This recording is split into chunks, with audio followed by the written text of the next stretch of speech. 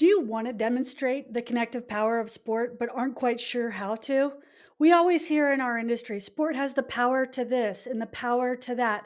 And that may be true, but if our audience doesn't receive that message in a way that makes sense to them, we can shout it from the mountaintops all we want and it might not sink in. Well, today I'm going to show you a little hack on how to overcome that.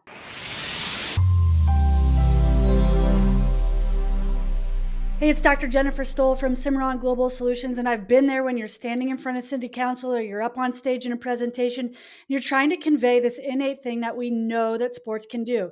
It's the power of sport as it's thrown around in the industry all the time. Well, what the heck does that mean? Let me put it in a way that might make sense to you, and you might be able to use this with your community stakeholders, your organization, and otherwise to demonstrate, actually demonstrate, not just tell, but demonstrate. There's a difference there, the power of sport in your community.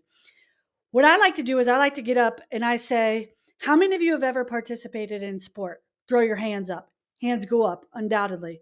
How many of you still participate in sport?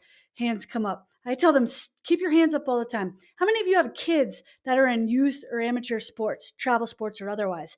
More hands go up. And then I like to take a recent event, like let's say the Bills losing to the Kansas City Chiefs last weekend in the NFL playoffs, and say, how many of you watched that heartbreaking loss of the Bills to the Chiefs in the NFL playoff games? And that immediately erupts the crowd.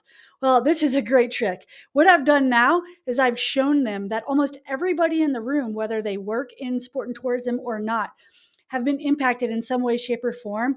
And it builds that example of the connective power of sport. And when we look around the room, we can say, hey, look, almost every hand, if not every hand, has gone up in this room. That is the connective power of sport. We've all been impacted by it. If you want to go really to the contrarian side of things, which is a role I tend to play, I like to say, well, how many of you participated in underwater basket weaving or watched underwater basket weaving or the, I don't know, Underwater Basket Weavers Association conference on ESPN?